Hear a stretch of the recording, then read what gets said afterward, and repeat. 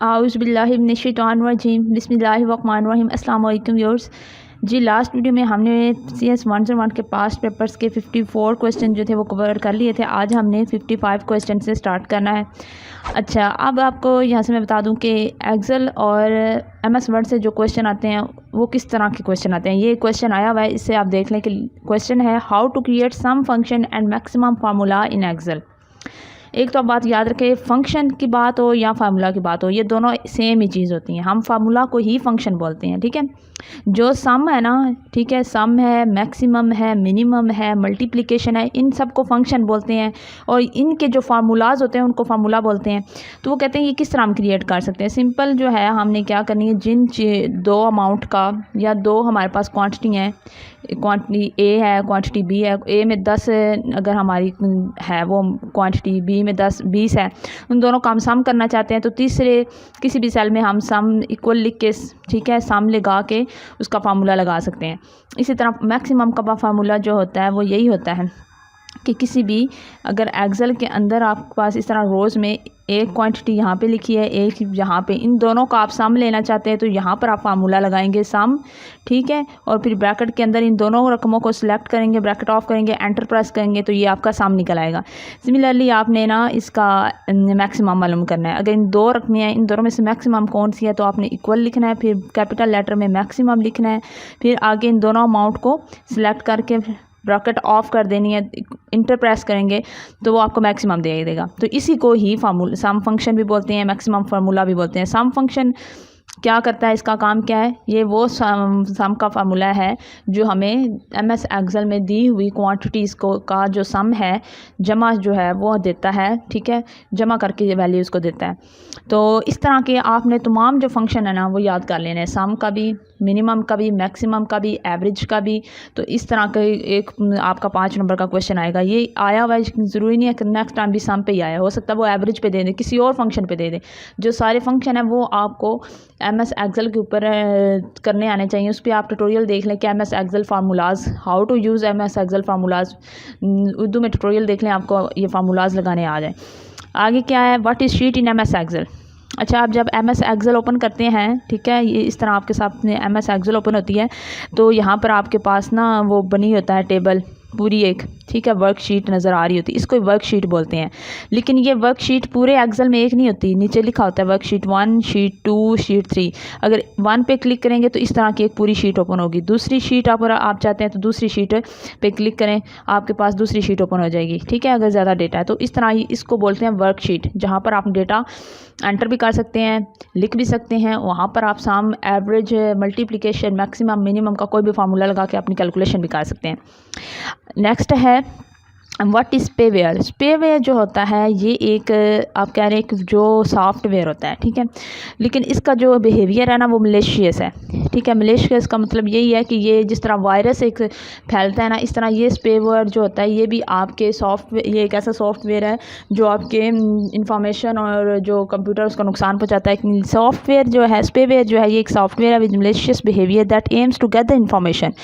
किसी भी, उसका मकसद क्या है, जब कोई स्पेवेयर किसी इंसान के कंप्यूटर में होता है तो वो उस कंप्यूटर के अंदर जो इंसान की इन्फॉर्मेशन होती है या उस ऑर्गेनाइजेशन का, जिसकी भी किसी भी ऑर्गेनाइजेशन का डाटा उसके कंप्यूटर में पड़ा है, स्पेवेयर क्या करेगा, उस इंसान की इन्फॉर्मेशन चोरी कर लेगा, गैदर कर लेगा, ऑर्गेनाइजेशन का भी डाटा गैदर कर सकता है ताकि वो उसी यूज़र को बाद में नुकसान दे सके, उसे ब्लैकमेल वगैरह कर सके। अच्छा, स्पेवेयर का सिर्फ नेगेटिव हैकर इस्तेमाल नहीं करते, स्पेवेयर को सिर्फ हैकर यूज़ नहीं करते, मुख्तलिफ जो हैं वो सिक्योरिटी एजेंसीज भी यूज़ करती हैं ताकि मुजरमों का भी पता लगाया जा सके। नेक्स्ट है व्हाट इज़ SQL। SQL का सबसे पहले आपको एप्लीकेशन आना चाहिए। स्ट्रक्चर्ड क्वेरी लैंग्वेज होती है, ये लास्ट वीडियो में भी मैंने इस पर बात की थी। स्ट्रक्चर्ड क्वेरी लैंग्वेज है जो कि एक सीक्वेंस के ऊपर एक लैंग्वेज जो होती है ना उसके अंदर जो कोडिंग लिखी जाती है। अब लैंग्वेज है, लैंग्वेज किस लिए यूज़ होती है, कोई भी एक इंफॉर्मेशन या डेटा उसको इंटरप्रेट करके हम लिखना चाहते हैं तो उसका हम एक कोड लिखेंगे, तो जो कोड होता है उसके अंदर एक स्ट्रक्चर हो, एक तरतीब हो, अरेंजमेंट हो। तो इस तरह की एक क्वेरी लैंग्वेज जो है वो स्ट्रक्चर्ड क्वेरी लैंग्वेज है। ये क्वेरी लैंग्वेज टाइप है, ये किसका काम, फंक्शन क्या है, ये हमें डेटाबेस के साथ कनेक्ट करने के लिए इस्तेमाल होती है। इसी तरह एक और है ANSI। जो है इंस्टीट्यूट है, ये है अमेरिकन नेशनल स्टैंडर्ड इंस्टीट्यूट, ठीक है। It is the standard language for relationship database management, जो एक स्टैंडर्ड इंस्टीट्यूट है अमेरिकन का इस कंप्यूटर और आईटी के हवाले से, उसने इस लैंग्वेज को, एसक्यूएल लैंग्वेज को सबसे बेहतरीन लैंग्वेज है, एक स्टैंडर्ड मियारी लैंग्वेज बोला है डेटा मैनेजमेंट सिस्टम को आपस में कनेक्ट करने के लिए, यानी ये बेहतरीन लैंग्वेज है। राइट अबाउट GIF, GIF का मतलब होता है ग्राफिकल इंटरचेंजेबल फॉर्मेट, ठीक है। GIF जहाँ भी लिखा होगा तो आपको याद होना चाहिए, जो भी आप तस्वीर वगैरह बनाते हैं, कोई भी इमेज है, उसके आगे फॉर्मेट होते हैं। जैसे आपका डॉक्यूमेंट है ना, ठीक है, आपकी कोई असाइनमेंट आती है, वो असाइनमेंट कभी PDF में होती है, कभी वर्ड में होती है। PDF भी उस डॉक्यूमेंट का कोई फॉर्मेट है, आगे वर्ड भी उसका एक फॉर्मेट है, यानी एक चीज़ के मुख्तलिफ फॉर्मेट हो सकते हैं डॉक्यूमेंट के। इसी तरह इमेज के भी मुख्तलिफ फॉर्मेट होते हैं। इमेज या तो GIF में होता है या PNG में होता है, ठीक है। तो जो GIF है ये वो फॉर्मेट है जो कि डेवलप किया गया था ऑनलाइन एक सर्विस प्रोवाइडर के, जिसका नाम है कंप्यूट सर्वर लेड। और इसको इस सर्वर के ज़रिए किस कंपनी ने इसको, किस साइंटिस्ट ने बनाया था, अमेरिकन कंप्यूटर साइंटिस्ट था जिसका नाम था स्टीव विचेटा। उसने इसको रिलीज़ किया था 15 जून 1987 में, ठीक है। तो ये उस वक्त बनाई गई थी। आपको इतना होना चाहिए GIF का क्या मतलब है, यानी इसका एब्रीवेशन पता होना चाहिए, ये कब बनी वो पता होना चाहिए, किसने बनाई वो पता होना चाहिए। और ये आप पूछ सकते हैं कि इमेज फॉर्मेट कौन सा है, तो नीचे ऑप्शन दिए होंगे GIF, PNG, WAV। तो WAV जो होता है वो इमेज का नहीं होता, वो GIF जो है ये इमेज का होगा, ये आपने सेलेक्ट करना है। नेक्स्ट हमारे पास आ जाता है फंक्शनल पैराडिग्म, ठीक है।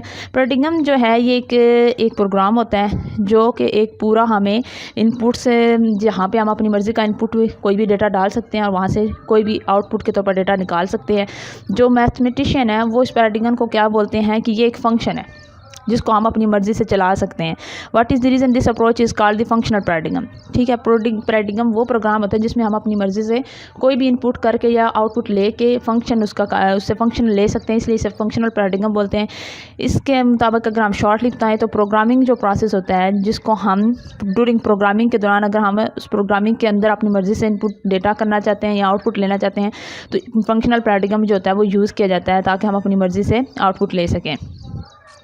नेक्स्ट हमारे पास आ जाता है प्राइवेसी प्रोटेक्शन फॉर चिल्ड्रन, ठीक है। चिल्ड्रन के लिए जो प्राइवेसी प्रोटेक्शन है वो क्या है, ये एक इंटरनेट के ऊपर कानून है, ठीक है। इंटरनेट जो लोग यूज़ करते हैं, इंटरनेट के अपने रूल्स हैं और एक्ट हैं जो काफ़ी ज़्यादा हैं, लेकिन उनमें से एक ये है कि जो चीज़ें पेरेंट्स की देखने वाली हैं वो बच्चे ना देखें, ठीक है। मेड फॉर चिल्ड्रन की होती हैं, जो चीज़ें बच्चों की देखने वाली हैं ऊपर लिखा होता है मेड फॉर चाइल्ड, तो वो चाइल्ड को दिखाई जाए। तो बच्चे जब ऑनलाइन कोई भी चीज़ देख रही हो तो उनके लिए एक प्राइवेसी एक्ट बनाया जाता है जो कि पेरेंट्स को कंट्रोल देता है। पेरेंट्स को कहा गया है कि gives control parents over what information website can collect from their kids. आपको पता होना चाहिए, आप जिस भी वेबसाइट पे जाते हो ना, वो वेबसाइट पे आप लॉगिन करते हो या फिर आपने कोई गूगल अकाउंट यूज़ करके उस वेबसाइट पे जाना है, उसे विज़िट करना है, तो उस अकाउंट में आपके बच्चे का जो कोई भी इन्फॉर्मेशन, अगर आपके बच्चे के नाम पे अकाउंट बना हुआ है तो वो इन्फॉर्मेशन उस वेबसाइट पे जा सकती है। तो बच्चों की प्राइवेसी जो है तो ये वो माँ बाप का हक होता है कि वो ख्याल रखें और बच्चों को इस तरह की वेबसाइट्स पे ना जाने दें जहाँ पर बच्चों की प्राइवेसी लगी हुई है। स्मार्ट आर्ट वर्क, ये भी MS वर्ड में भी और पावर पॉइंट में भी स्मार्ट आर्ट होता है, न्यू फीचर होता है MS वर्ड में। स्मार्ट आर्ट का मतलब क्या है कि हम अपने आइडियाज़ को जो है विजुअली, ठीक है, लिखने की बजाय किसी पिक्टोरिकली चीज़ में दिखा रहे होते हैं, ठीक है। तो इसको हम जो है कि कोई भी हमारा जो कंप्यूटर लाइफ साइकिल है उसको हम स्मार्ट आर्ट के ज़रिए रिप्रेजेंट कर सकते हैं। स्मार्ट आर्ट में यही होता है, आप उसमें सिंबल्स वगैरह डाल सकते हैं, मुख्तलिफ जो है फिगर्स डाल के तो एक चीज़ अपने आइडिया को एक्सप्रेस कर सकते हैं। तो नेक्स्ट यही आ गया कि how to add cycle smart art. तो आपने सबसे पहले क्या करना है, MS वर्ड ओपन करना है, वहाँ पर जो ऊपर रिबन बना होता है उसमें आपने इंसर्ट रिबन में जाना है। फिर आपने जब इंसर्ट के ऊपर क्लिक करेंगे तो लेफ़्ट पैन पे एक विंडो होगी, ठीक है। उस विंडो के साथ ही बेसिक साइकिल वगैरह लिखा होगा, वहाँ पर आपने क्या करना है, ये जो इंस्ट्रक्शन लिखी हुई है ना, इसी तरह फॉलो करते हुए आपने वहाँ पे जाके ओपन करना है स्मार्ट आर्ट का जो है आइकॉन, और उस पर क्लिक करके आप स्मार्ट आर्ट जो है वो लगा सकते हैं। बस आपको ये पता होना चाहिए स्मार्ट आर्ट इंसर्ट से लगता है। और ये आप चाहें तो अपना कंप्यूटर में MS वर्ड खोल के इस क्वेश्चन के आंसर को सामने रख के भी वहाँ पे इसकी प्रैक्टिस कर सकते हैं। नेक्स्ट है हमारे पास कंटेक्सचुअल एनालिसिस क्या होता है। कंटेक्सचुअल जो एनालिसिस है सिंपल सी चीज़ है। आप कोई भी अपनी वर्डिंग में ऐसे लिखते हैं या कोई पैराग्राफ लिखते हैं, उसमें हर सेंटेंस का जो ग्रामेटिकली रोल होता है ना, उसको कंटेक्सचुअल एनालिसिस बोलते हैं। यानी उसमें कोई ग्रामर की गलती ना हो, ग्रामर रूल्स को आपकी जो कंटेक्ट है वो फॉलो कर रहा हो, उसमें ग्रामर रूल्स की कोई मतलब आप ना वो जो एक सिंपल सेंटेंस है जिसने अपना ग्रामेटिकल रोल के प्ले करना है, उसको वहीं को एक कोहेरेंस के साथ दिया हुआ हो साथ में अटैचमेंट। मतलब ये एक अगर पैराग्राफ की ये पहली लाइन लिखी हुई है तो इसके अंदर वो ग्रामर यूज़ की हो जो दूसरी लाइन जो है उसके साथ भी कोहेरेंस हो, रिलेटेबल हो, ठीक है। यानी सेंटेंस स्ट्रक्चर अच्छी हो, सेंटेंस के अंदर करेक्शन ये ग्रामर जो है ये ठीक यूज़ की भी हो, और जो वोकैबुलरी यूज़ करनी चाहिए वो यूज़ हो, तो इसे कंसेप्चुअल जो है एनालिसिस बोलते हैं कि ये हाँ एनालिसिस करना कि ये कंटेक्स्ट ठीक लिखा है या नहीं। Next COPPA and HIPAA stands for. COPPA for stand ये भी हमने ऊपर पढ़ा है, ये एक चाइल्ड प्राइवेसी एक्ट है जिसका नाम है children online privacy protection act, और जो हिप्पा है ये health insurance portability and accountability act है, ठीक हो गया। नेक्स्ट हमारे पास translate functional paradigm to imperative paradigm. ये जो है ये ट्रांसलेट जो है फंक्शनल पैराडिगम को, जो फंक्शनल हमारे पास पैराडिगम होता है उसको हमने इम्परेटिव पैराडिगम में बताना है। तो मैंने पीछे भी बताया था फंक्शनल पैराडिगम वो एक प्रोग्राम है जिसके अंदर हम अपनी मर्ज़ी से इनपुट की वैल्यू डाल के उससे अपनी मर्ज़ी का आउटपुट लेके फंक्शन कर सकते हैं, यानी इसलिए फंक्शन होता है। अगर फंक्शनल को इम्परेटिव में चेंज करना हो तो वो उन्होंने एक एग्जांपल से समझाया है कि हमारे पास टोटल क्रेडिट कितना होगा। टोटल क्रेडिट जो होगा वो सम ऑफ ऑल क्रेडिट के इक्वल होगा। टोटल जो है वो बैलेंस कितना होगा, वो यानी टेम्परेरली बैलेंस जो अभी बैलेंस हमारे पास पड़ा हुआ है, टेम्परेरली जो कि बैलेंस पड़ा हुआ है किसी भी अकाउंट में, वो किसके बराबर होगा, वो old balance plus total credit जितना हो। इस तरह टोटल डेबिट्स कितना होगा, बैलेंस इन चीज़ों का माइनस माइनस करके जितना बनता है वो एक एग्जांपल्स के जरिए उन्होंने इम्पेरेटिव पैराडिगम बताया। इम्पेरेटिव पैराडिगम में बेसिकली हम फंक्शन सारे परफॉर्म नहीं करते, जो ऑलरेडी हमारे पास क्वांटिटीज़ या वैल्यूज़ पड़ी होती हैं उनके ऊपर ही हम फंक्शनल को अप्लाई कर देते हैं, तो इसे हम बोलते हैं imperative paradigm. Simple next question है how to add two values in MS Excel. मैंने पहले बोला आप MS एक्सेल के अंदर फार्मूलाज का एक ट्यूटोरियल देख लें, क्योंकि ये एक प्रैक्टिकली चीज़ है जो आपको देख के समझ आएगी। तो वहाँ पर आपने क्या करना है, अगर आपके एक्सेल के अंदर जो है ये ए रो और यहाँ पर ये ये हमारे पास ऊपर से नीचे कॉलम है, ये रो है, ठीक है, दाएं से बाएं जाना। अगर यहाँ पर वैल्यूज़ 2 लिखी हुई है और A3 के अंदर 2 और 3 के अंदर वैल्यू 3 लिखी हुई है, तो यहाँ पर हमने ए की वैल्यूज़ आप यहाँ पे और भी लिख सकते हैं। A2 का मतलब पता है क्या है यहाँ पे, यानी यहाँ पर जो A है और रोज़ जो है वो 2 है, 1 और 2 के अंदर जहाँ पर जो वैल्यू लिखी हुई उसको, और जो A की वैल्यू तीसरे सेल में लिखी है वो, उन दोनों को हमने क्या कर देना है, सम कर देना है किसी और सेल के अंदर इक्वल का फार्मूला सम का लगा के। तो ये बहुत सिंपल है, आप वहाँ पे इसका फार्मूला याद करके लिख सकते हैं। How to show trademark name with ribbon.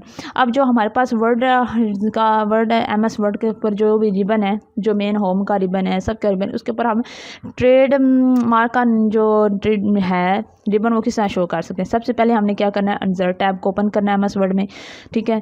उसके बाद हमने सिंबल पे जाना है। सिंबल जो होगी उसके सिंबल्स के इंसर्ट के अंदर एक सिंबल का ऑप्शन है जिसमें आप कोई सर्कुलर सिंबल डाल सकते हैं, कोई भी इस तरह करके एरो डाल सकते हैं, कोई जो है टेक्स्ट बॉक्स इंसर्ट कर सकते हैं, सिंबल्स कोई भी इंसर्ट कर सकते हैं।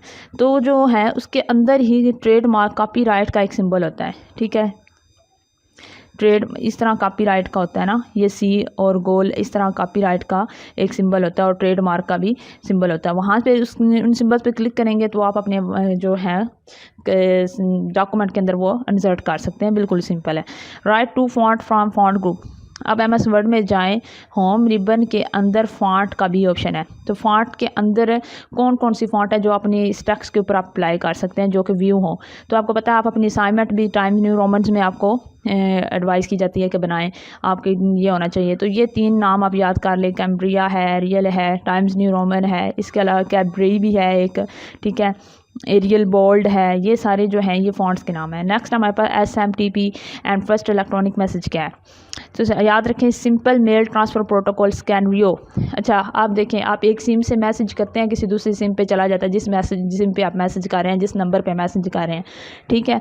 इसी तरह आप एक ईमेल एड्रेस से दूसरे ईमेल एड्रेस पे एक ईमेल सेंड कर रहे हैं, तो जो दरमियान में प्रोटोकॉल है ना, जो आपकी ईमेल एड्रेस से दूसरे ईमेल एड्रेस तक मैसेज पहुंचाता है, जो ये ऑनलाइन वर्क करता है बगैर किसी ये नंबर के, तो वो उस प्रोटोकॉल को, उस प्रोग्राम को हम बोलते हैं सिंपल मेल ट्रांसफ़र प्रोटोकॉल, जो आपकी मेल को ट्रांसफ़र करता है।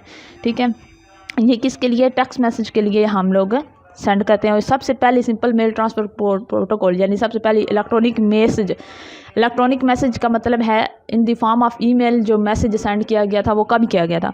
45 साल पहले, अक्टूबर 29, 1969 में सबसे पहला इलेक्ट्रॉनिक मैसेज 2 कंप्यूटर्स के दरमियान एक्सचेंज हुआ। ठीक है, तो ये अपेरेंट के पास जो है प्लेस हुआ, वर्ल्ड्स फर्स्ट नेटवर्क था जिसने इसको आज तक जो है ये फेमस हो चुका है इलेक्ट्रॉनिक मैसेज सेंड करना। उस वक्त ये हुआ था। Write about page group in M S word. अच्छा, एम एस वर्ड में आप जाओ तो पेज लेआउट का एक ऑप्शन आता है, एक ग्रुप है। जिस तरह होम का एक ग्रुप है ना, वहाँ पर पेज लेआउट होता है। उस पेज लेआउट में आप जो भी आपका डॉक्यूमेंट का जो पेज है ना, उसके मतलब सारी सेटिंग होती है।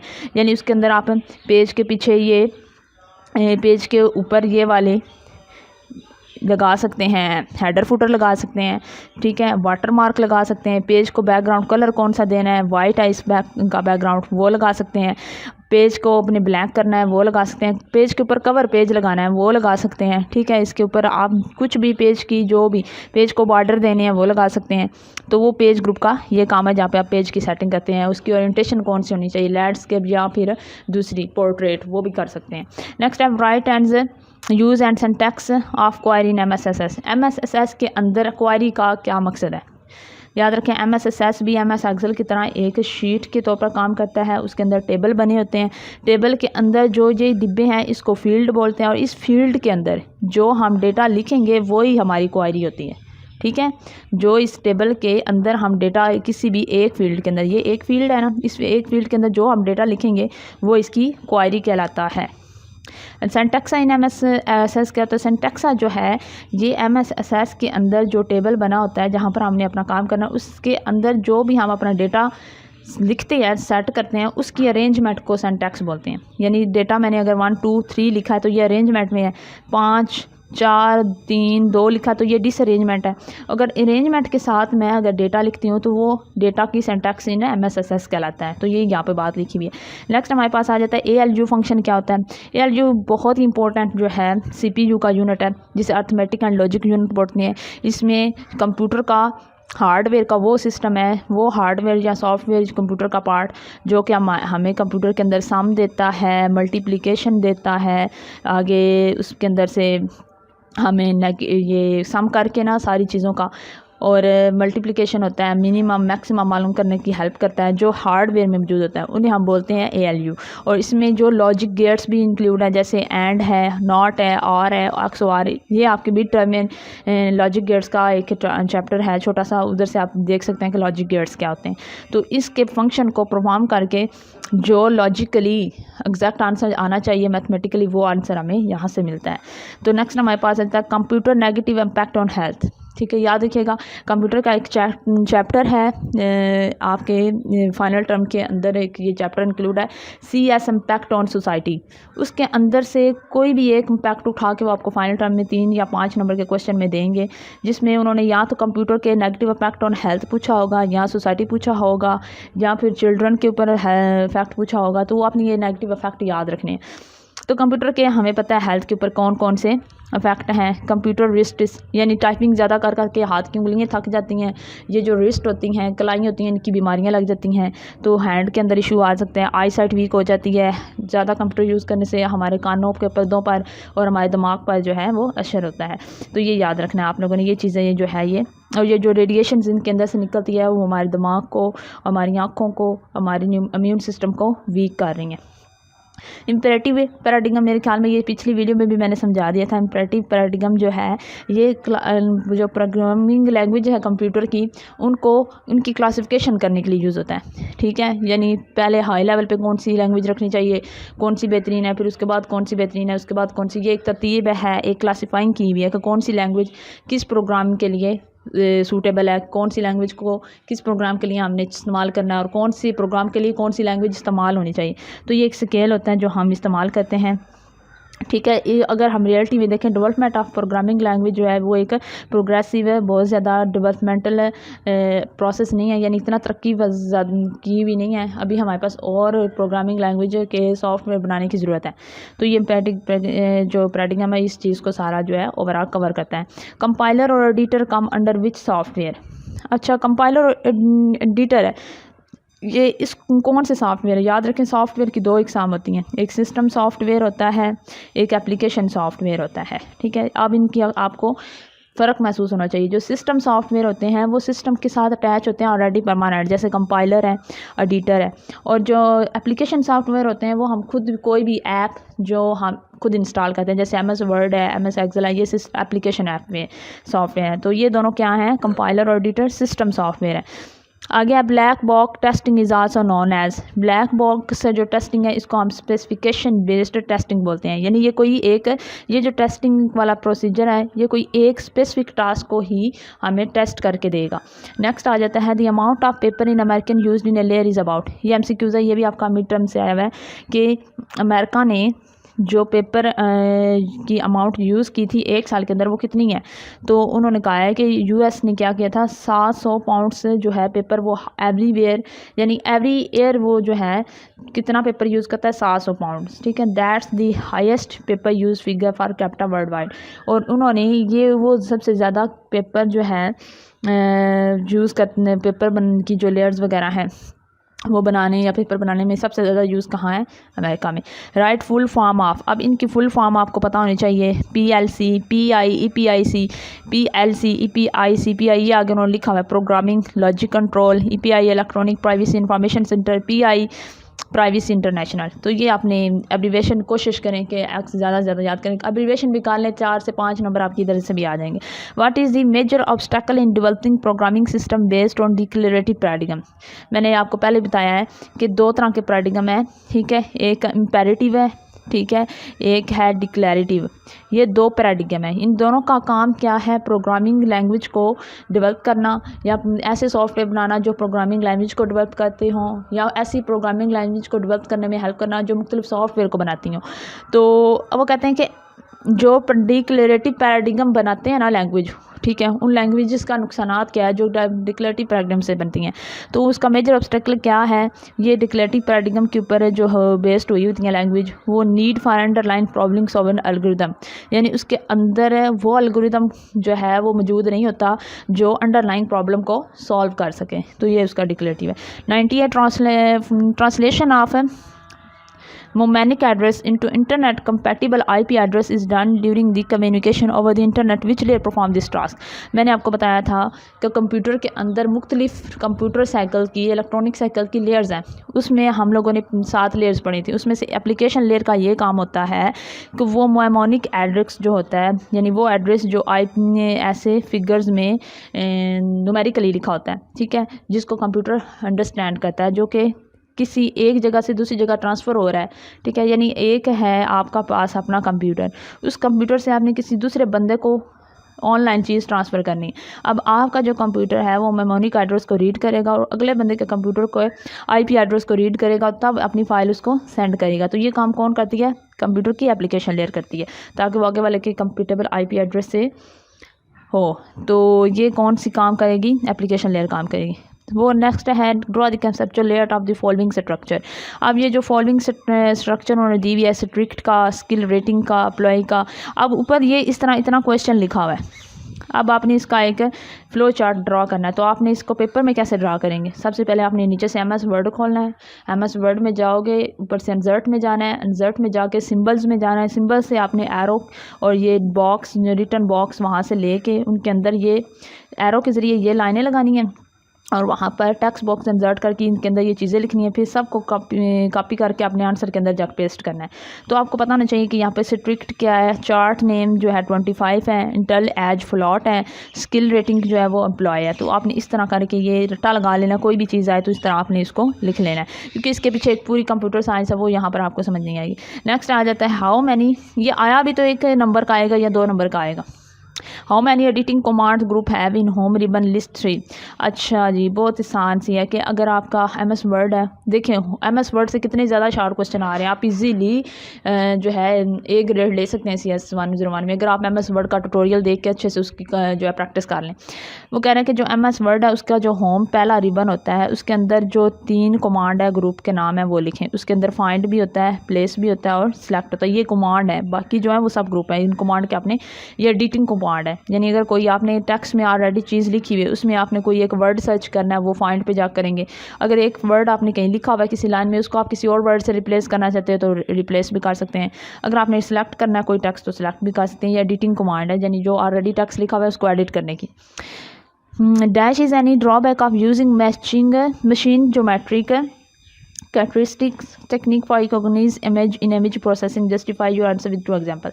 अब वो कह रहा है कि मशीन हमारी किस तरह, कौन सी तकनीक्स हैं जिस पर हमारी मशीन आइडेंटिफाई करती है कि ये इमेज बन रहा है, या इमेज प्रोसेस, जब इमेज बना रहा होता है हमारा कंप्यूटर, कोई इमेज बन के हमारे सामने जो शो होता है, उसके पीछे जो प्रोसेस होता है उसके अंदर 2 तकनीक्स कौन सी है कि हमारा कंप्यूटर पहचान सके ये इमेज प्रोसेस हो रहा है। तो वो कह रहा है कि कोई इसका ड्रॉबैक है, वो कहता है no there is no any drawback of using machine geometric characteristic. Machine की जो ज्योमेट्रिक करैक्टरिस्टिक का वो तकनीक है, उसके ज़रिए हम क्या कर सकते हैं, कोई भी इमेज है उसको रिकॉग्नाइज़ कर सकते हैं, उसको बना सकते हैं, प्रोसेस कर सकते हैं। अब इमेज बनाने के और ग्राफिक डिज़ाइनिंग के ढेर सारे टूल है जिसमें इमेज के ज़रिए हम ग्राफिक डिज़ाइनिंग करते हैं, ठीक है। एडोब फोटोशॉप है, एडोब इलस्ट्रेटर है। तो वो कहते हैं नहीं, इसका कोई नुकसान नहीं है, हम मशीन की ज्योमेट्रिक करैक्टरिस्टिक्स को, ठीक है, यानी कंप्यूटर के ज्योमेट्रिक जो एबिलिटीज़ हैं उसको इस्तेमाल करके अपना इमेज जो है बना सकते हैं। इसकी उन्होंने एक एग्जाम्पल दी हुई है, ये आप करना चाहे तो कर लें, वरना कोई इशू नहीं है। कोई आप अपनी मर्ज़ी से भी एग्जाम्पल लिख सकते हैं कि एडोब इलस्ट्रेटर में मैंने ऐसे इमेज बनाया। नेक्स्ट है list 2 fact on environment which throw away e waste. ये पहले भी हमने पढ़ा है कि कोई भी हम ई वेस्ट जो है वो एनवायरनमेंट में फेंक देते हैं, उसका हमारे एनवायरनमेंट पे क्या असर है। ई वेस्ट का मतलब है इलेक्ट्रॉनिक वेस्ट, वायर्स हैं, मुख्तलिफ जो है इलेक्ट्रॉनिक चीज़ों को जला कर उसका वेस्ट फेंका जाता है समंदरों में, गलियों में, तो उसका क्या नुकसान है, ठीक है। इन जो इलेक्ट्रॉनिक चीज़ें हैं उनको वेस्ट करने का, फेंकने का क्या नुकसान है, तो ये आपको पता होना चाहिए। जब ये हमारा ज़मीन में मिलती है तो हमारे प्लांट्स को नुकसान देगी। ये प्लास्टिक जाके इलेक्ट्रॉनिक चीज़ें जो होंगी, चिप्स होंगी, वो हमारे पानी को गंदा करेगी, माहौलियाती आलूदगी पैदा करेगी। जब वो जलेगी तो हमारी हवा को, जो उसके अंदर गैसेस जाएंगी, उसको गंदा करेगी। तो ये चीज़ें आपको पता होनी चाहिए, जिससे आगे lung cancer, kidney disease, brain damage हो सकता है, स्किन कैंसर हो सकता है, इस तरह की बीमारियाँ पैदा करती हैं। नेक्स्ट है why delete use in MS access and also its SQL syntax. कहता है कि जो डिलीट की कमांड है वो MS में क्यों हम यूज़ करते हैं। ये तो सिंपल डिलीट के लफ्ज़ से महसूस हो रहा है कि जिस भी सॉफ्टवेयर में हम डिलीट का लफ्ज़ यूज़ करते हैं, इसका मतलब है कि सॉफ्टवेयर में हम कोई भी चीज़ या टेक्स्ट जो है वो डिलीट की कमांड से डिलीट करना चाहते हैं, तो डिलीट करने के लिए यूज़ होता है।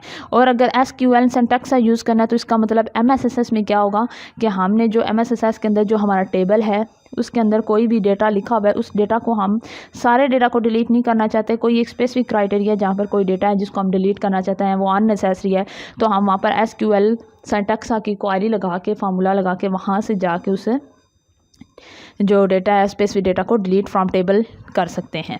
नेक्स्ट है define requirement analysis and design phase. ठीक है, रिक्वायरमेंट एनालिसिस और डिज़ाइन फेज़ क्या होती है।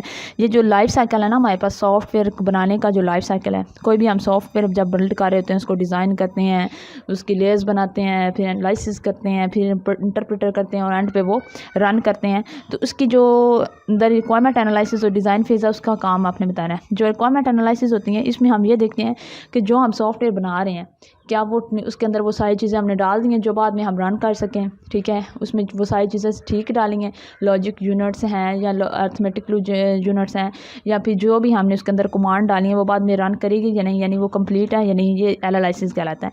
डिज़ाइन फेज़ के अंदर भी हम अपने सॉफ्टवेयर को डिज़ाइन कर रहे होते हैं, यानी कौन सी चीज़ इसने कब इंटरप्रेटर करनी है, इसके डिज़ाइन बना के एक चार्ट सा, फिर उसकी बेस पे हम एक सॉफ्टवेयर डेवलप करते हैं। आगे है use of project operation. Project operation क्या है, ये क्या करता है, extract columns and place the result in new relation. ये MSSS, ठीक है, या फिर MS एक्सेल में यूज़ होता है, जिसमें हम क्या करते हैं कि जो हमारे पास टेबल में वैल्यू लिखी हुई है उनके अंदर ये जो कॉलम्स हैं यहाँ से वैल्यूज़ उठाएंगे और उनको किसी दूसरे कॉलम के साथ जाके अटैच करके वहाँ पे लिख देंगे। यानी हम चाहते हैं कि हमारी ये वाली जो वैल्यू है ये इसके साथ कंपैरिजन, इस टेबल के अंदर जो वैल्यूज़ लिखी हुई इसके साथ हम इसका कंपैरिजन कर सकें। तो हम इसको यहाँ से वैल्यू को उठा के इधर ले आएंगे।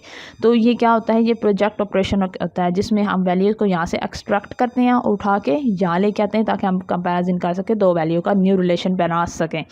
नेक्स्ट है इवेंट व्हेन प्रोसेस वेट्स। ठीक है, वो कहते हैं the process is in block state if it is waiting for an event to अकर।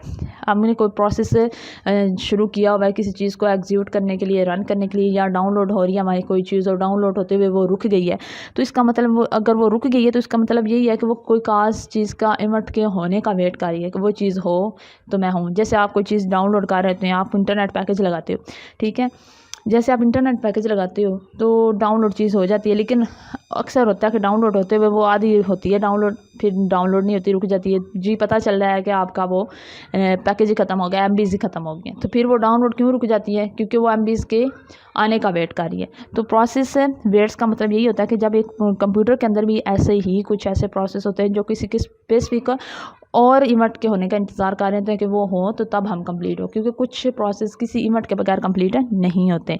जिस तरह इवेंट, दिस इवेंट में be IO as the IO events are executed in the main memory and don't require the process.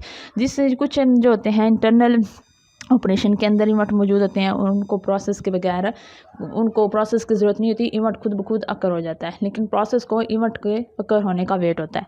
Next है uses of GIF। मैंने पहले बताया था कि GIF used है often use in email signature के अंदर यूज़ होती है। ये GIF क्या है, इमेज फॉर्मेट है जो कि इमेज को हमारे पास एक ऐसी फॉर्म में लेके आता है कि हम उसे देख सकें, रिकॉग्नाइज कर सकें। तो ये आपने याद रखना है। नेक्स्ट है कि GIF जो है कि लॉस कंप्रेशन सिस्टम है, ठीक है, जो आर्बिट्रेरी इमेज के ऊपर हम लगा सकते हैं। यानी हमारी एक इमेज है, उसकी वो ज़्यादा MB की है, उसका साइज़ बड़ा है, हम उसको छोटा करना चाहते हैं तो हम छोटा करके कंप्रेस करेंगे। तो कंप्रेस करने के लिए उसका जो मौजूदा फॉर्मेट होगा उसको चेंज करके किसी और फॉर्मेट में करेंगे। यानी अगर वो PNG में थी तो इसको कंप्रेस करके हम GIF में इमेज में चेंज कर सकते हैं और वो छोटा साइज़ हो जाएगा उसका। नेक्स्ट आ जाता है power point. Power point simple एक MS माइक्रोसॉफ्ट ऑफिस की एक एप्लीकेशन है, ठीक है। जिस तरह MS वर्ड में हम डॉक्यूमेंट्स बनाते हैं, MS पावर पॉइंट में हम छोटे छोटे वो भी डॉक्यूमेंट्स ही बनाने के लिए यूज़ होती है, लेकिन वो in the form of slide. Slide एक पेज को ही बोलते हैं जो एक डॉक्यूमेंट के अंदर पेज वाइज स्लाइड जो होती है वो टेबल की या फिर बुलेट्स की शक्ल में हेडिंग्स को याद करने के लिए इस्तेमाल होती है। ये एक सॉफ्टवेयर पैकेज है, डिज़ाइन किया जाता है प्रेजेंटेशन बनाने के लिए और एनिमेशन शो करने के लिए, मुख्तलिफ एनिमेशंस को और ट्रांजिशन देने के लिए ऑब्जेक्ट को। तो ये आपने याद रखना है। पावर पॉइंट के अंदर हम किसी भी चीज़ को अपनी स्लाइड शो के अंदर दिखा सकते हैं, ठीक है, इमेज दिखा सकते हैं, ऑडियोज़ हैं, वीडियोज़ हैं, उनको रन करके हम उनकी प्रेजेंटेशन बनाकर दिखा सकते हैं।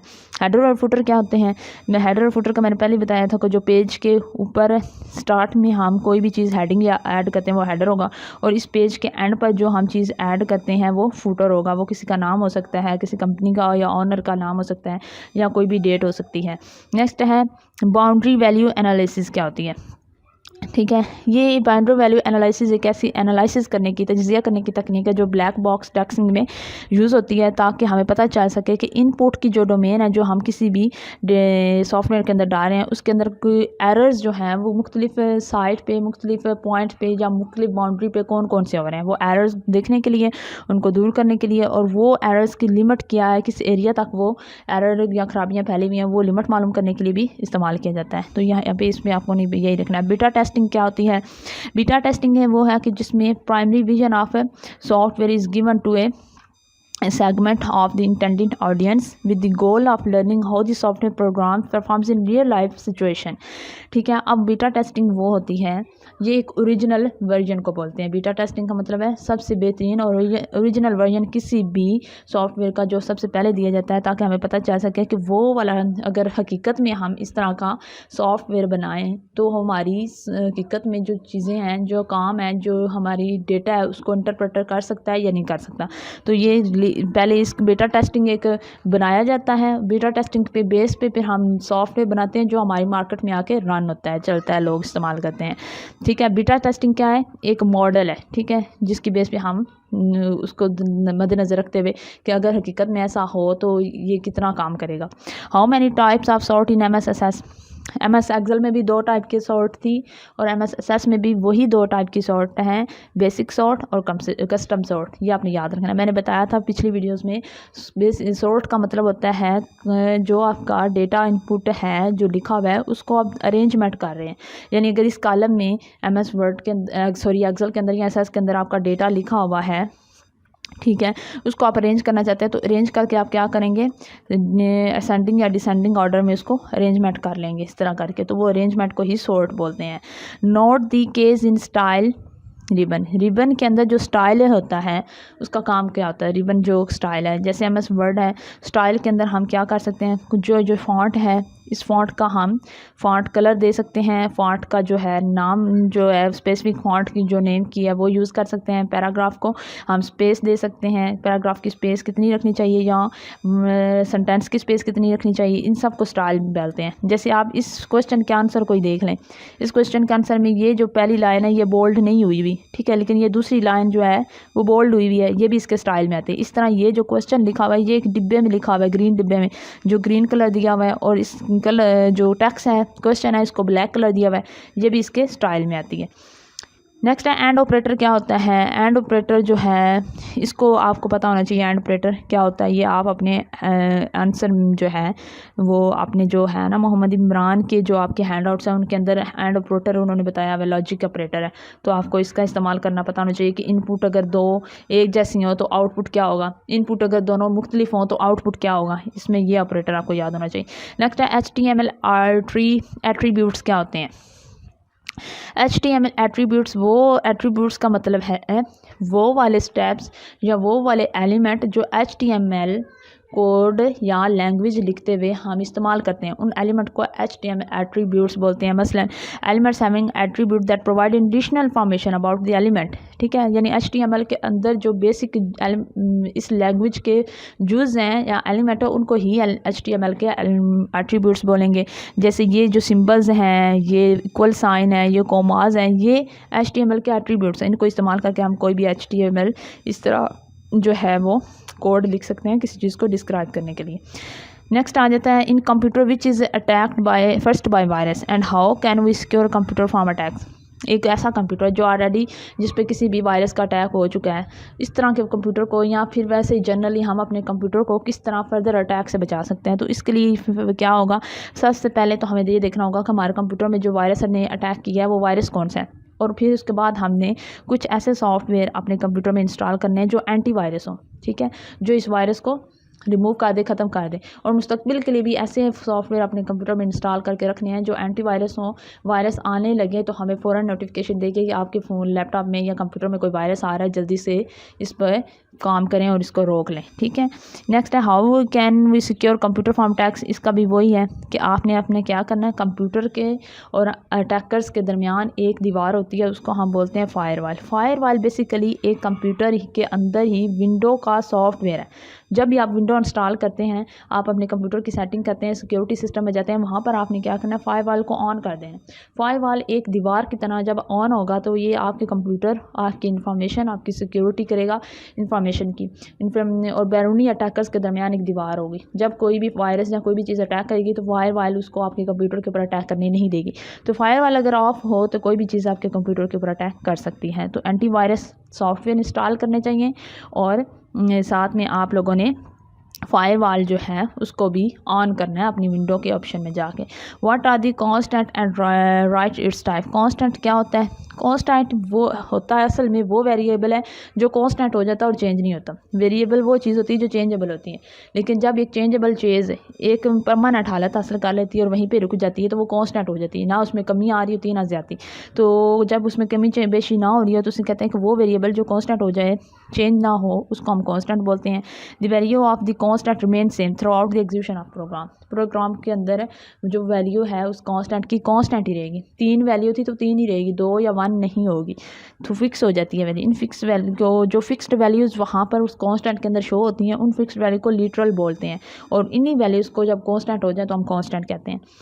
Constants can be of any of basic data types. Constant कौन से हो सकते हैं? इंटीगर कॉन्स्टेंट हो सकता है, फ्लोटिंग कॉन्स्टेंट हो सकता है, करैक्टर कॉन्स्टेंट हो सकता है, कोई स्ट्रिंग कॉन्स्टेंट हो सकता है। तो ये सारे जो हैं इंटीजर्स के अंदर 1, 2 या ABC की शक्ल में कोई भी डेटा होता है। फ्लोटिंग के अंदर भी ऐसे ही है। करैक्टर के अंदर आपकी पूरी ये जो ABC के अंदर आपका सेंटेंस लिखा हुआ है, सेंटेंस के अंदर हर वर्ड को करैक्टर बोलते हैं। इसके अंदर कोई कॉन्स्टेंट हो सकता है। स्ट्रिंग यानी लाइफ साइकिल के अंदर जो स्ट्रिंग है डेटा लेयर, उसको भी कांस्टेंट, उसके अंदर भी डेटा हो सकता है।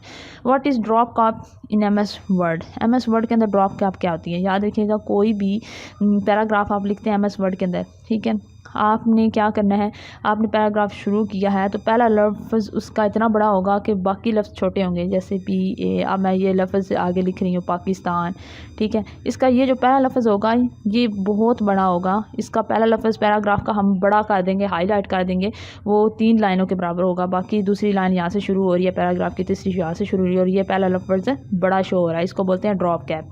तो ये MS वर्ड में हमें एक फॉर्मेटिंग ऑप्शन है, टेक्स्ट को फॉर्मेट करने का, यानी अपनी मर्ज़ी में के स्टाइल में चेंज करने का ऑप्शन है, जिसमें हम ड्रॉप कैप जो है ये कैपिटल लेटर है जो कि किसी भी एलिमेंट को डेकोरेट करने के लिए इस्तेमाल किया जाता है at the beginning of any text और पैराग्राफ। नेक्स्ट हमारे पास आ जाता है continuously radiation effect on human body. वो कह रहे हैं कि कोई भी रेडिएशन है इलेक्ट्रॉनिक चीज़ की, जैसे कंप्यूटर के अंदर से निकलने वाली रेडिएशन है, मोबाइल फ़ोन की स्क्रीन से निकलने वाली रेडिएशन हैं, ठीक है, ये कंटिन्यूसली जो है इसका एक, अगर हम इसका इस्तेमाल करें तो हमारी बॉडी के ऊपर बहुत ज़्यादा इसके नेगेटिव इफेक्ट हैं। हमारे मसल्स, हमारा नर्वस सिस्टम, हमारी आइज़, हमारा माइंड और एयर्स जो हैं बहुत ज़्यादा इफेक्ट होते हैं और इससे एक हमें बीमारी लग सकती है। इसको हेल्थ इफेक्ट के ऊपर उन्हें सिंड्रोम भी बोलते हैं, रेडिएशन सिंड्रोम, यानी रेडिएशन के साइड इफेक्ट, फिर वो रेडिएशन बंदा बर्दाश्त नहीं कर सकता। बहुत सारे लोग हैं उन्हें एलर्जी होती है मोबाइल फ़ोन या चीज़ें या इससे ज़्यादा यूज़ करते, क्योंकि वो इतना ज़्यादा इनका यूज़ करते हैं कि उन्हें इसका रेडिएशन सिंड्रोम हो जाता है और वो जैसे ही मोबाइल या कोई चीज़ इस्तेमाल करते हैं उनकी आँखों को या सर में दर्द होना शुरू होता है। Private techniques for sending message. आप मैसेज को सेंड करना चाहते हैं तो उसकी प्राइवेट रखने के लिए किसी को मतलब वो मैसेज अगर कोई बंदा पढ़े भी तो उसे समझ ना आए तो आप मुख्तलिफ जो है हिंट्स में वो मैसेज कर सकते हैं। वो कौन कौन सी तकनीक है? टेक्स्ट सिक्योर करने की, टेलीग्राम है, ग्लिप है, ब्लिप है, प्राइवेसी मैसेज जो है ये क्या है? एक सिंपल जो है रिप्लेसमेटिक ऐप है जिसमें आप कोई भी मैसेज सेंड करते हैं वो आपके और जिसको आप मैसेज करें उसके दरमियान, उसके अलावा कोई बंदा हो थर्ड पार्टी समझ नहीं सकती कि आपने क्या मैसेज किया है। तो ये बहुत हेल्पफुल होती है जो आपकी डेटा को, आपकी बात को सिक्योर रखती है और प्राइवेसी रखती है। नेक्स्ट है what is NLP and writes its two reason. NLP मैंने पहले भी आई थिंक लास्ट वीडियो में बताई है, ये नेचुरल लैंग्वेज प्रोसेस है और ये हेल्प करता है कंप्यूटर को with speaking with people in their own language. अब हम कंप्यूटर के साथ अगर माइक लगा के अपनी लैंग्वेज में बोले तो कंप्यूटर वो रिकॉग्नाइज़ कर लेता है, समझ लेता है। वो किस वजह से? NLP की वजह से। तो ये मैंने पीछे वाली वीडियो में समझाई भी है, नीचे से मैं इसको नहीं समझा रही है, आप उस वीडियो को देख लें। गोल ऑफ विंडो मैनेजर क्या होता है? विंडो मैनेजर का गोल क्या है? विंडो मैनेजर के अंदर क्या होता है कि जब आप कंप्यूटर ऑन करते हैं तो आपके सामने एक इस तरह विंडो, आपका कंप्यूटर की स्क्रीन शो होती है। वो कितनी चौड़ी है, उसकी चौड़ाई आप चेंज कर सकते हैं विंडो मैनेजर में जाके, उसकी लंबाई चेंज कर सकते हैं। उसके अंदर जो आइकॉन यहाँ पर माई कंप्यूटर की या गैलरी की या फिर रिसाइकलिंग बिन की जो शो होती हैं ऐप्स के नाम या फिर जो भी वहाँ पे उनकी आइकॉन्स हैं उनको बड़ा कर सकते हैं, उनको आइकॉन्स को छोटा कर सकते हैं, उनके टेक्स्ट को लिखने में छोटा कर सकते हैं साइज़ में या बड़ा कर सकते हैं। ये सारा काम आप क्या करेंगे? GUI के एक कह लें कि कंट्रोल प्रोसेस है जिसको हम बोलते हैं विंडो मैनेजर। वो विंडो मैनेजर में जाके आप सारा काम ये चेंज कर सकते हैं ताकि आपको जिस तरह दिखने में ईजी हो वैसे। कुछ लोग जो है वो आइकॉन का साइज़ बड़ा रखते हैं क्योंकि उनकी नज़र वीक होती है, उन्हें छोटा ही दिखाई देता, और कुछ जो है वो आइकॉन का साइज़ छोटा रखते हैं जैसे उनको कंपैटिबल हो, जिस तरह उन्हें ईजी लगे। तो ये उसके लिए है, इसका कोई नहीं है। तो इसमें आपने इतना ही बताना है कि हम अपनी विंडो में जाके, विंडो मैनेजर में जाके अपनी इस तरह GUI मतलब कंप्यूटर की स्क्रीन, उसके ऊपर ज़ाहिर होने वाली आइकॉन्स को बड़ा या छोटा या अपनी मर्ज़ी से साइज़ देने का काम, यही इसमें आपने लिखना। How many types of command A ribbon has. एक रिबन के ऊपर कितनी कमांड हो सकती हैं? 3 तरह की हो सकती है। एक तो उसके पास कोई डायलॉग बॉक्स हो सकता है, बटन्स हो सकते हैं उसके अंदर। दूसरा उसके रिबन के अंदर ड्रॉप डाउन, ऊपर से नीचे आते हुए मेन्यू हो सकते हैं, ठीक है। आप अपनी मर्ज़ी से ऊपर डॉक्यूमेंट के स्टार्ट में जा सकते हैं या नीचे आ सकते हैं। और छोटे छोटे सिंपल बटन होते हैं। आप फ़र्ज़ करें हमारे पास सिंपल अनजर्ट रिबन है। अनजर्ट रिबन में आप जाते हैं तो अनजर्ट रिबन में आपको जब क्लिक करेंगे तो एक तरफ कट कॉपी पेस्ट का भी ऑप्शन आता है, ऊपर से नीचे ड्रॉप मेन्यू भी नज़र आता है, पेज लेआउट नज़र आता है, हेडर फूटर नज़र आता है, सब चीज़ें वहाँ पे सिंपल ये बटन्स हैं जो कि 3 टाइप्स के वहाँ पे हमें कमांड नज़र आती हैं। Right 2 operation on stack. Stack के ऊपर 2 ऑपरेशन बताएं। एक होता है ऑपरेशन 2 बेसिक ऑपरेशन है वो है पुश एंड पॉप, ठीक है। Some stack also provide additional operation size of data element and peek. स्टैक का मैंने आपको बताया था कि इन्फॉर्मेशन जो है वो छोटे छोटे पैकेट्स की शक्ल में एक जगह से दूसरी जगह ट्रांसफ़र होती है, वो एक इस तरह बना देते हैं डिब्बा। इस तरह ये मुख्तलिफ इन्फॉर्मेशन के जो डिब्बे हैं वो एक दूसरे के ऊपर लेयर बना के एक बड़ा सा स्टैक बना देते हैं, जो कि एक जगह से इन्फॉर्मेशन को दूसरी जगह ट्रांसफ़र करने के लिए मैसेज को इस्तेमाल होते हैं। तो आज की वीडियो के लिए इतना ही। नेक्स्ट वीडियो तक जो है वो नेक्स्ट जो क्वेश्चन है वो इंशाल्लाह शेयर हो जाएंगे। मुझे दीजिए इजाज़त। अल्लाह हाफिज़। आउज़ुबिल्लाहि मिनश्शैतानिर्रजीम बिस्मिल्लाहिर्रहमानिर्रहीम। अस्सलाम वालेकुम। अच्छा, आज हम CS 101 के फाइनल टर्म के जो पास पेपर है उसका क्वेश्चन नंबर 115 से जो है डिस्कशन स्टार्ट करेंगे। लास्ट वीडियो में हमने 114 तक जो है वो डिस्कस कर लिए थे। आज का जो क्वेश्चन है जो पास्ट पेपर में आ चुका है वो है right 2 forms of coupling. Coupling के 2 जो फॉर्म्स हैं, जो बेसिक टाइप्स हैं वो कौन सी हैं। एक होती है कंट्रोल कॉपलिंग, एक होती है डेटा कॉपलिंग। यानी जो कंट्रोल कॉपलिंग है वो ओवरऑल जो है आपके सिस्टम के अंदर जितना भी सॉफ्टवेयर है या प्रोग्राम्स हैं उनको कंट्रोल करती है, और जो डेटा कॉपलिंग होती है वो आपके स्पेसिफिक एप्लीकेशन या डेटा या पैराडिगम्स के अंदर जो है डेटा जो मौजूद होता है उसको कंट्रोल करती है, ठीक है। नेक्स्ट हमारे पास आ जाता है from where we can make text italic and bold. Most simple, बहुत ज़्यादा आसान है कि आप अपने इस टेक्स्ट को MS वर्ड में जाके कहाँ पे, ठीक है, बोल्ड भी कर सकते हैं। जैसे ये वाला बोल्ड हुआ है और ये वाले जो सिंपल लिखा हुआ है ये बोल्ड नहीं हुआ, बोल्ड कर सकते हैं। और इटैलिक का मतलब होता है इटैलिक फॉर्म में लिखना। जैसे ये वर्ड आर्ट जो है ये इटैलिक में नहीं लिखा हुआ, अगर मैं इसको लिखूँ तो मैं इस तरह लिखूँ वर्ड आर्ट, ठीक है, ये इटैलिक फॉर्म में होता है थोड़ा टेढ़ा। तो इसके लिए आपने क्या करना है, MS वर्ड के होम रिबन में जाएंगे, ठीक है। होम रिबन के अंदर फॉन्ट का ऑप्शन होता है, फॉन्ट के ऑप्शन के ऊपर लिखा होता है BI, वहाँ पर U का ऑप्शन होता है। तो ये सारे जो हैं वहाँ पर इन कमांड के लिए यूज़ होते हैं। जिस टेक्स्ट को भी आपने बोल्ड करना है उस टेक्स्ट को सिलेक्ट करें और B पे क्लिक करें, बोल्ड हो जाए। उसी टेक्स्ट को हमने इटैलिक करना है, उस टेक्स्ट को सिलेक्ट करें और I पे क्लिक करें, वो इटैलिक हो जाएगा। इसके अलावा आपने क्या करना है, अनजर्ट में जाना है। और इसका दूसरा मेथड क्या है, अनजर्ट में जाएंगे, वहाँ पर आपके पास ऑप्शन होता है वर्ड आर्ट। वर्ड आर्ट पे जाके आप कोई भी क्या कहते हैं डायलॉग बॉक्स ओपन करके वहाँ पे बोल्ड इटैलिक कुछ भी अपने टेक्स्ट के ऊपर अप्लाई कर सकते हैं। नेक्स्ट है language which are discussed.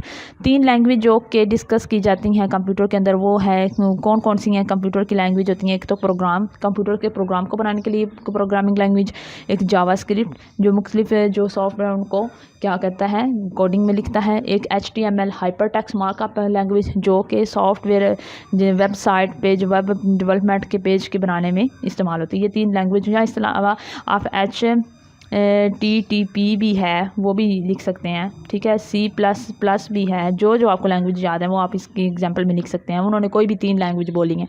Next है name 5 group of MS ribbon.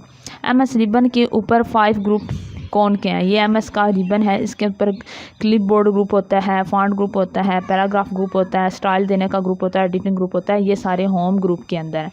तो ठीक है, होम के अंदर कौन से 5 ग्रुप हैं वो आपने नाम लिख देने। यहाँ पे ये 5 नंबर का आता है।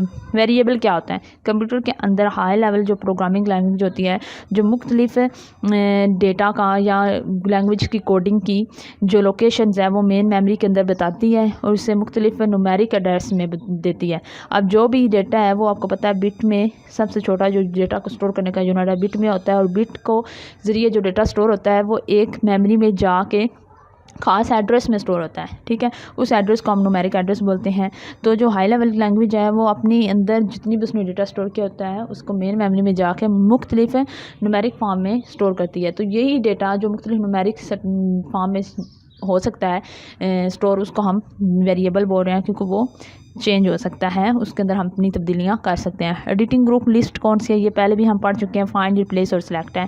VoIP voice over internet protocol, ठीक है, इसका मतलब ये आपको पहले पता होना चाहिए। VoIP क्या है, ये वॉइस एक इंटरनेट प्रोटोकॉल है, यानी एक ऐसा प्रोग्राम इंस्ट्रक्शंस पे मुश्तमिल प्रोग्राम्स हैं जिसका काम क्या है, use to provide voice communication similar to that traditional telephone system.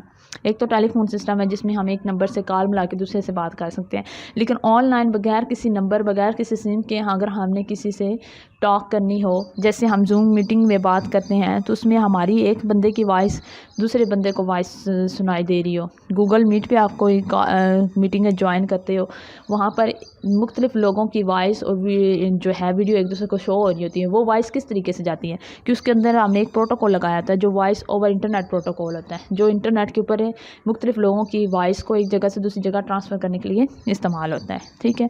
तो ये आपने इसके लिए ये याद रखना है। वो कह रहे हैं कि आप MS एक्सेल के अंदर टेबल कैसे क्रिएट करेंगे। सिंपल, आप देखें, अगर जब आप MS वर्ड एक्सेल खोलते हैं तो इस तरह आपके सामने ये शीट ओपन हुई भी होती है। इस शीट के ऊपर आपने कोई भी कॉलम एक लिख लें, इनके नाम लिख दें और इनके अंदर अपनी मर्ज़ी से जो डेटा डालना है वो डाल के उसके बाद इनको यहाँ पर जाकर ऊपर, ठीक है, डिज़ाइन टूल में, टेबल टूल्स में जाकर वहाँ पे इनको आप इसको क्या दे दें, बॉर्डर दे दें, तो वो टेबल बन जाएगा। इसके अलावा आप इंसर्ट में जाके भी टेबल ड्रा कर सकते हैं, ठीक है। सबसे पहले आपने क्या करना है, यहाँ पर ये देखें, ये होम रिबन है। होम रिबन के अंदर देखें ये क्लिपबोर्ड का ऑप्शन आता है, फॉन्ट का ऑप्शन आता है, अलाइनमेंट का ऑप्शन आता है। ये जो ऊपर आप क्वेश्चन हमने पढ़ा है कि right 5 group of home ribbon, तो होम रिबन के आपने याद रखना है कि होम पर क्लिक करेंगे, क्लिपबोर्ड, फॉन्ट, अलाइनमेंट है, पेज अलाइनमेंट है और ये नंबर है, स्टाइल्स है, सेल्स है और एडिटिंग का। देखिए उन्होंने 3 एडिटिंग के ऑप्शन पूछे तो ये है, फाइंड एंड सेलेक्ट है, क्लियर, फिल, ऑटो सम, ये कुछ भी आप इधर से कर सकते हैं। इस तरह आपने अगर क्या करना है, टेबल ड्रा करना है तो इस होम इंसर्ट पे जाएंगे, इंसर्ट पे जैसे क्लिक करेंगे तो यहाँ पर लिखा हुआ आएगा ड्रॉ टेबल। टेबल पे क्लिक करेंगे, जिस तरह यहाँ पे ये लिखा हुआ नज़र आ रहा है ना, कॉपी पेस्ट, इस तरह इंसर्ट पे जब क्लिक करेंगे तो यहाँ पर टेबल शो होगा। आपने वहाँ पर टेबल पर क्लिक करके इस तरह का टेबल ड्रा कर लेना है, सिंपल, ठीक हो गया। नेक्स्ट हमारे पास आ गया difference between interpreter and compiler. याद रखें जिन दोनों का काम सेम है, इंटरप्रेटर और कंपाइलर का, ठीक है। ये दोनों जो हैं वो एक लैंग्वेज को दूसरी लैंग्वेज में कन्वर्ट करते हैं, ठीक है। इंटरप्रेटर का काम क्या है, एक सॉफ्टवेयर की लैंग्वेज को दूसरी लैंग्वेज में चेंज करेंगे, यानी लैंग्वेज को इंटरप्रेटर करने का काम है। लेकिन जो कंपाइलर होता है ना, ठीक है, ये कंपाइल, इसके लफ्ज़ से आपको, वर्ड से आपको पता चलना चाहिए, वॉइस से, ये एक टाइम पे एक से ज़्यादा लैंग्वेज को एक लैंग्वेज से दूसरी लैंग्वेज में ट्रांसफ़र करता है, ठीक है। एक से ज़्यादा लैंग्वेज को कंपाइल करके एक लैंग्वेज से दूसरी लैंग्वेज में कन्वर्ट करने के काबिल बनाता है। लेकिन जो इंटरप्रेट होता है ना, ये एक टाइम पे सिर्फ एक ही लैंग्वेज को एक से दूसरी लैंग्वेज में कन्वर्ट करेगा। दोनों का काम सेम ही है, एक लैंग्वेज को दूसरी लैंग्वेज में कन्वर्ट करना। लेकिन इंटरप्रेटर जो होगा वो एक टाइम पे एक लैंग्वेज को कन्वर्ट करेगा, जो कंपाइलर होता है वो एक टाइम पे एक से ज़्यादा मशीन लैंग्वेज को कन्वर्ट करता है। तो बस इसमें आपने यही याद रखना है। तो ये भी क्या है, दोनों जो है हाई लेवल लैंग्वेज को एग्जीक्यूट करने का काबिल बनाता है, ये भी वही बनाता है। ये एक टाइम पे एक ही लेवल की हाई लेवल लैंग्वेज को वन टाइम करेगा और ये जो होगा वो एक ही टाइम पे ज़्यादा लैंग्वेज को मैनी टाइम्स एग्जीक्यूट करने में हेल्प देगा। इसकी एग्जीक्यूशन लो होती है, यानी स्लो होती है, इसकी एग्जीक्यूशन फास्ट होती है, ठीक है। तो ये आप लोगों ने इसका डिफरेंस याद रखना। बस मैंने आपको सिंपल वर्डिंग में समझा दिया, आप अपनी वर्डिंग में भी लिख सकें।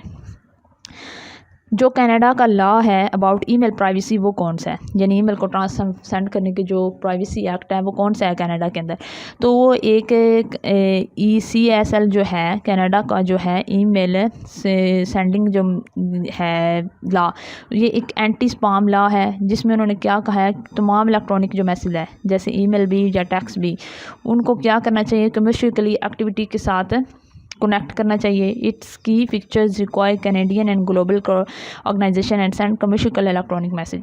आपने अक्सर देखा होगा कि आपके ईमेल बॉक्स में मुख्तलिफ इक़साम के ना बने हुए हैं आइकॉन। एक होता है इनबॉक्स होता है, ठीक है, एक होता है सोशल होता है लिखा हुआ, एक जगह पे प्रमोशन लिखा होता है, ठीक है। इनबॉक्स में सिर्फ वही लोग आपको मैसेज मोस्टली करते हैं। इनबॉक्स में टोटल आपकी सारी ईमेल्स आ जाती हैं जो आपको आई होती हैं। सोशल में वो सोशल ऑर्गेनाइजेशन है जो अपनी प्रमोशन करना चाहती हैं, ठीक है, वो आपको अपने आप से अटैच करना चाहती हैं, तो वो अपनी प्रमोशन करने के लिए, मार्केटिंग करने के लिए, अपने प्रोडक्ट्स की दुनिया में पहचान करवाने के लिए, लोगों तक पहुंचाने के लिए बिला वजह ईमेल सेंड करती रहती हैं। और प्रमोशन में भी ऐसी ही होती हैं। तो ये बिला वजह की ईमेल्स हमारे किसी काम की नहीं होती, हम बस रीड करते हैं। हम लोगों ने कोई चीज़ें बाय नहीं करनी होती, उनके जाके कोई प्रोडक्ट नहीं देखने होते। लेकिन कैनेडियन ने बोला था कि जब ये ईमेल सोशल ईमेल आती थी ना उस वक्त, ठीक है, तो वो स्पाम फोल्डर में चली जाती थी, यानी इनबॉक्स में नहीं जाती थी, स्पाम हो जाती थी। व्यूअर जो होता था ना, यूज़र, वो स्पाम जब जाती थी तो वो वहाँ से देख ही नहीं सकता था, तो इनको फ़ायदा नहीं होता था। तो इन्होंने क्या किया, इन्होंने कहा कि जो हम सोशल ईमेल सेंड करते हैं वो हमारी स्पाम ना हो, डायरेक्ट इनबॉक्स में जाए, स्पाम ना किया करें। ठीक है, क्योंकि इससे स्पाम जो होता है ना, गूगल वो इसलिए स्पाम कर देता था क्योंकि यूज़र को तकलीफ़ ना हो कि बिला वजह की ईमेल्स हमें आ रही हैं। ठीक है, हम चाहते भी नहीं हैं। लेकिन इन्होंने कैनेडियन ने कहा था कि हम अपनी जो सोशल एक्टिविटीज़ की ईमेल्स हैं वो स्पाम नहीं होने देंगे, ताकि हमें भी फ़ायदा हो और हमारी जो मार्केटिंग है वो बढ़े। तो यही था। Software licence and its types. याद रखें, कोई भी बंदा जो सॉफ्टवेयर बनाता है, ठीक है, वो उसका ऑनर होता है। लेकिन वो ऑनर जो है वो एक लाइसेंस टाइप कर देता है, उसके पास एक लाइसेंस भी होता है। इसके अलावा जब हम वो सॉफ्टवेयर यूज़ करना चाहते होते हैं तो हमने क्या करनी है, उसके ऑनर से या तो वो बाय करना है, या उसकी जो शराइत का एक शराइतनामा पेज होता है उसको हमने सिग्नेचर करना है कि जी मैं एग्री करता हूँ, तब हम यूज़ कर सकते हैं। कुछ लोग जो है वो सॉफ्टवेयर चॉइस करते हैं तो उन पर वो केस हो जाता है। तो ये सॉफ्टवेयर लाइसेंस क्या है, ये प्रोवाइड किया जाता है यूज़र को जब भी वो अपने ओरिजिनल सॉफ्टवेयर की कापीज़ अपने लैपटॉप या कंप्यूटर में इंस्टॉल या डाउनलोड करें। तो जब वो इंस्टॉल या डाउनलोड होने से पहले एक ऑप्शन आता है कि एग्री करें यूज़ ऑफ टर्म्स को, तो आप एग्री पे क्लिक करते हो, तब वो आपके अंदर इंस्टॉल होता है। उसको हम बोलते हैं सॉफ्टवेयर लाइसेंस। उसके अंदर वही लिखा होता है कि आप इस सॉफ्टवेयर का गलत इस्तेमाल नहीं करेंगे, आपको ये फ्री में इतने दिन के लिए अवेलेबल है, या इतने दिनों बाद आपको पे करना पड़ेगा, या इसकी प्रोडक्ट की इस्तेमाल करें। ये जो है कॉपीराइट उस बंदे का है जिसने ये बनाया है। टाइप्स इसकी कितनी होती हैं सॉफ्टवेयर लाइसेंस की, मुख्तलिफ ये टाइप्स हैं, इनके आप बस आप नाम याद कर लें, इनके अंदर आपने कुछ और याद नहीं करना, ये याद कर लीजिएगा। नेक्स्ट है और गेट। क्या होता है, पीछे हमने एंड गेट भी पढ़ा है। और गेट और एंड गेट जो है ये लॉजिक यूनिट्स हैं, ठीक है, जिसमें अगर इनपुट ठीक है दोनों सेम हो तो आउटपुट भी वही आएगी। इनपुट में अगर एक 0 है और एक 1 है तो आउटपुट हो जाएगी 1। अगर इसमें और गेट में अगर एक भी इनपुट 1 आ गई तो उसकी आउटपुट क्या हो जाएगी, 1 हो जाएगी। ठीक है, तो याद आपने रखनी है।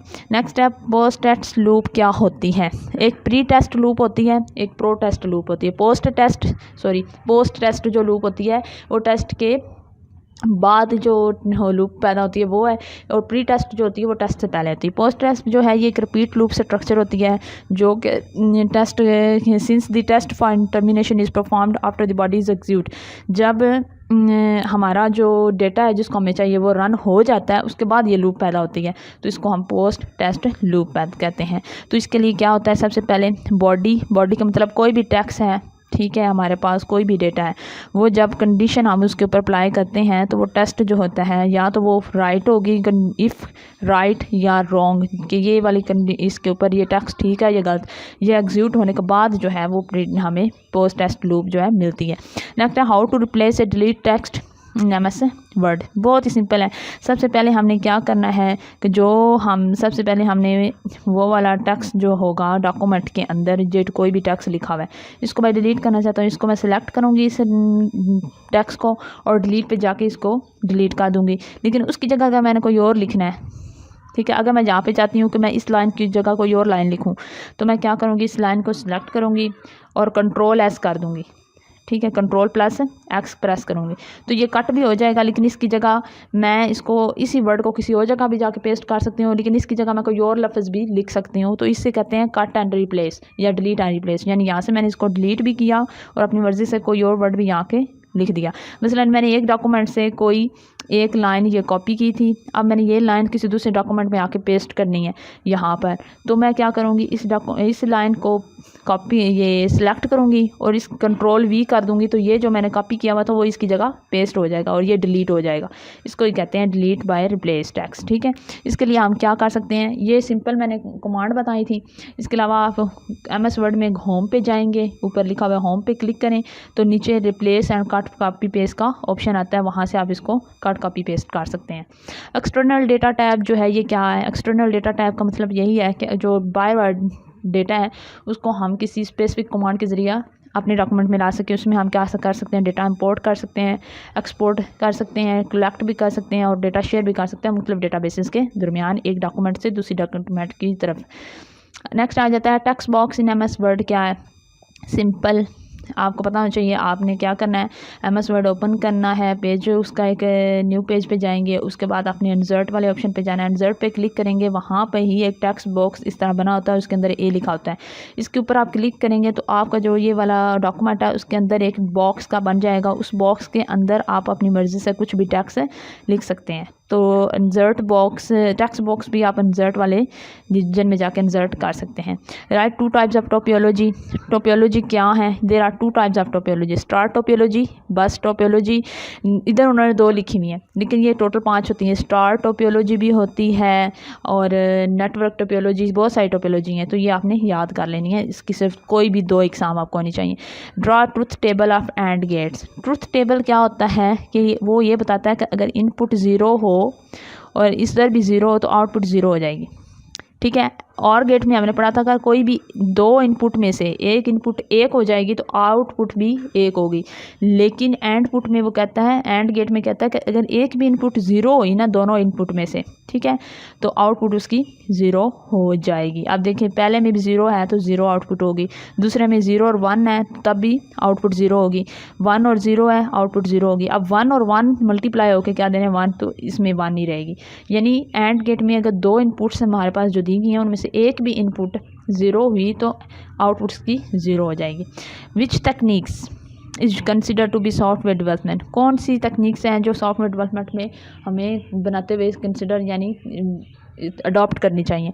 तो वो कहते हैं कि मैनी कंसिडरेशन है जो कि हम इस्तेमाल कर सकते हैं। उसमें ट्रेडिशन सॉफ्टवेयर डेवलपमेंट करने के लिए जो एक रवायती सॉफ्टवेयर बनाते हैं हम, उसको बनाने के लिए हम एक मेथड है उसका नाम है वाटरफॉल मेथड इस्तेमाल कर सकते हैं। ठीक है, इस मेथड का मकसद क्या है कि ये राइट है, लीनियर है, ईजी है और इसके अंदर हर एक जो स्टेप है उसका एक सीक्वेंस बना हुआ है, एक तरतीब है और इसके अंदर डिज़ाइन भी करना और इम्प्लीमेंटेशन करना, सॉफ्टवेयर की वेरिफिकेशन करना और मेंटेनेंस रखना इस मेथड के ज़रिए बहुत आसान है।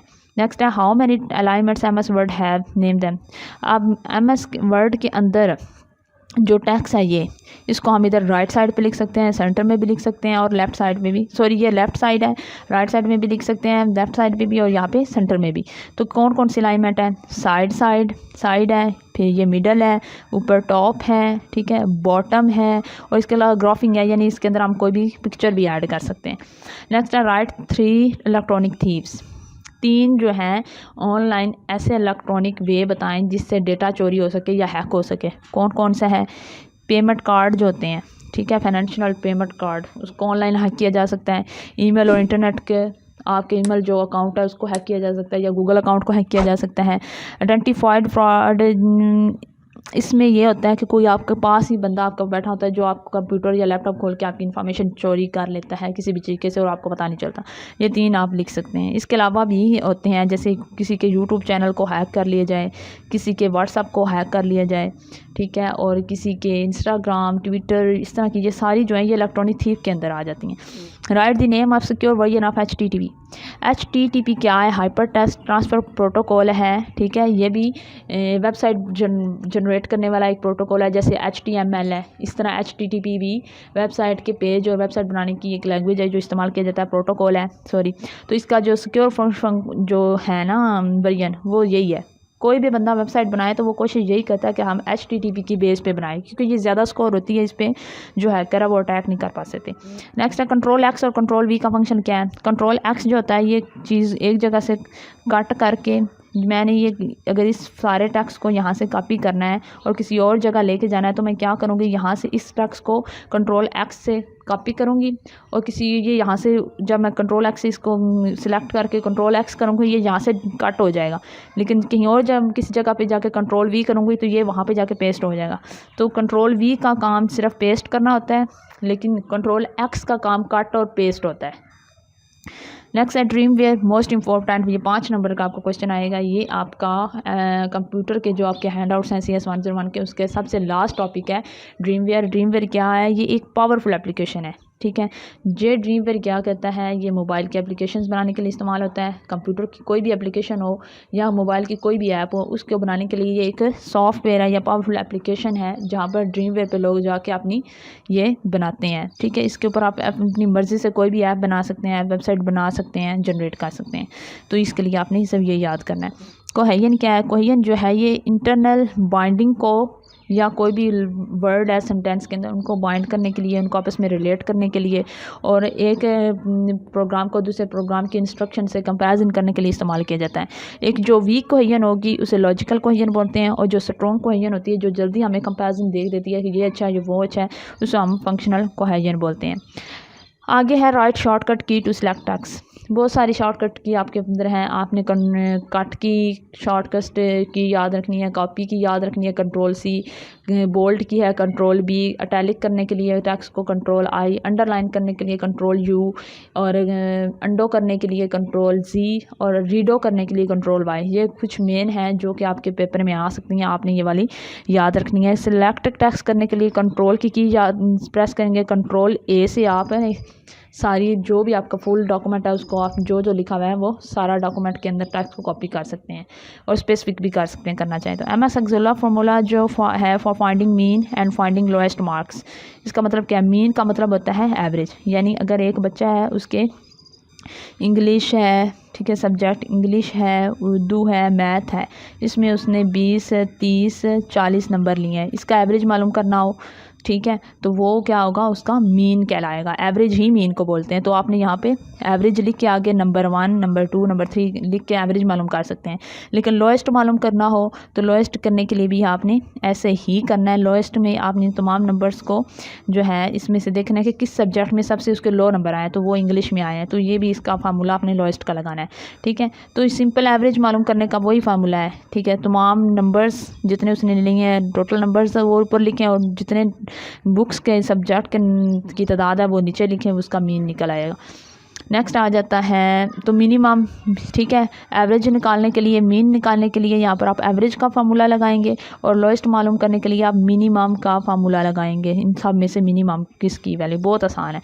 MS वर्ड के अंदर सिलेक्शन को और मल्टीपल ऑब्जेक्ट को इकट्ठा सेलेक्ट करने की क्या है, तो ये सारी शॉर्टकट की बताई हुई है कि डबल क्लिक करेंगे उस वर्ड के ऊपर जिसको आपने सेलेक्ट करना है। ठीक है, फिर शिफ्ट प्रेस करके आपकी जो कीबोर्ड होता है उसके ऊपर डाउन एरो का निशान बनता है, उसको क्लिक करेंगे तो वो आपको पैराग्राफ के सबसे एंड वाले पार्ट में ले जाएगी। इसी तरह आप कंट्रोल शिफ्ट डाउन एरो करेंगे तो वो एक टाइम पे मल्टीपल जो पैराग्राफ है वो उसके सिलेक्ट करके उसके नीचे आपको लेके चले जाएगा। तो ये आपने सिर्फ शॉर्टकट की याद करनी है तो आपको समझ आ जाएगी।